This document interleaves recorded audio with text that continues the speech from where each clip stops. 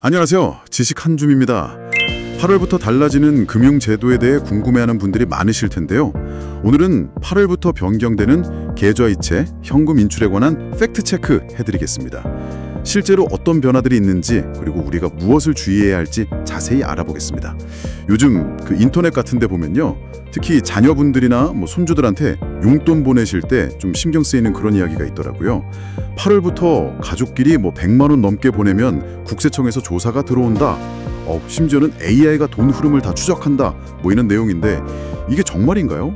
괜히 좀 걱정이 되더라고요. 네. 그런 걱정하시는 분들 꽤 있으실 거예요. 특히 자녀나 손주들 이렇게 좀 돕는 마음으로 소액 보내시는 경우에요. 근데 결론부터 딱 말씀드리면요, 그건 사실하고 좀 다릅니다. 정말요? 네. 국세청에서도 명확하게 밝혔어요. 그럼 소액 거래까지 일일이 들여다보는 새로운 시스템, 이런 걸 도입할 계획은 전혀 없다고요. 그러니까 평소처럼 용돈 보내시거나 생활비 조금 보태주시는 거 있잖아요. 그런 거 가지고 너무 불안해하실 필요는 전혀 없습니다. 다행이네요. 사실이 아니군요. 하긴 AI까지 동원해서 다 본다는 건 좀 심하다 싶긴 했어요. 그럼 괜한 걱정이었네요. 근데 이렇게 좀 자극적인 정보들이 왜 이렇게 퍼지는 걸까요? 아무래도 이 세금 문제라던가 금융거래는 많은 분들이 워낙 관심이 많으시니까요. 그래서 조금만 자극적인 내용이 있어도 쉽게 확 퍼지는 경향이 좀 있죠. 특히 우리 어르신들은 이런 정보에 더 민감하게 반응하실 수도 있고요. 맞아요. 그래서 중요한 건 이런 정보에 막 휘둘리지 않으시고 정확한 사실을 꼭 확인하시는 습관. 이게 중요한 것 같아요. 네, 맞아요. 정확한 정보 확인, 이게 중요하죠.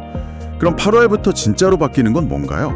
바뀌는 게 있긴 있는 거죠? 네, 실제로 의미 있는 변화가 있습니다. 그게 뭐냐면 바로 한도 제한 계좌의 이용 한도가 올라간다는 점이에요.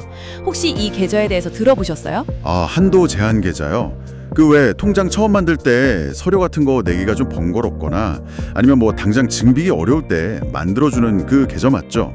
하루에 이체하거나 돈 뽑을 수 있는 금액이 딱 정해져 있어서 좀 불편하다는 이야기는 얼핏 들은 것 같아요. 네네, 맞습니다. 바로 그 계좌예요.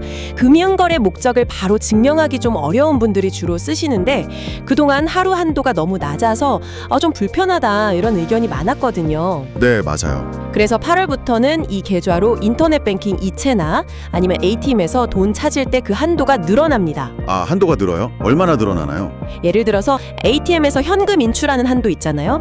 그게 하루 30만 원이었는데 이게 100만 원으로 크게 오르는 거죠. 와, 30만 원에서 100만 원이면 꽤 많이 오르네요.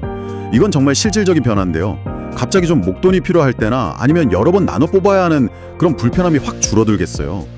특히 은행 앱 사용이 좀 익숙하지 않으셔서 ATM 자주 이용하시는 분들께는 정말 좋은 소식이겠네요. 그죠? 그럼요. 그렇죠. 금융거래의 편의성을 높이려는 그런 조치라고 볼 수 있습니다. 그러니까 떠도는 소문처럼 뭔가 감시를 강화하고 그런 게 아니라 오히려 실생활의 불편함을 좀 덜어드리는 바뀌는 거죠. 그렇군요.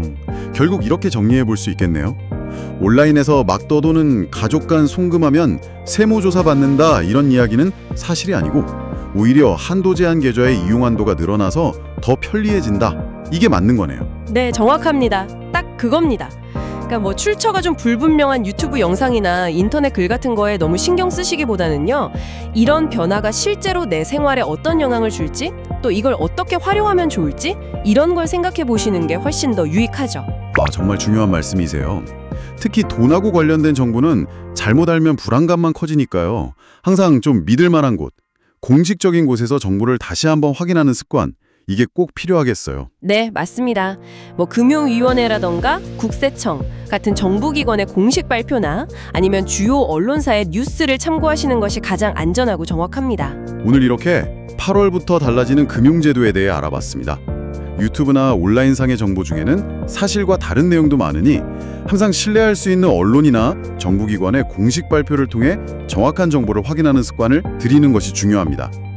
앞으로도 지식 한 줌은 여러분에게 도움이 되는 경제 정보를 쉽고 정확하게 전달해 드리겠습니다.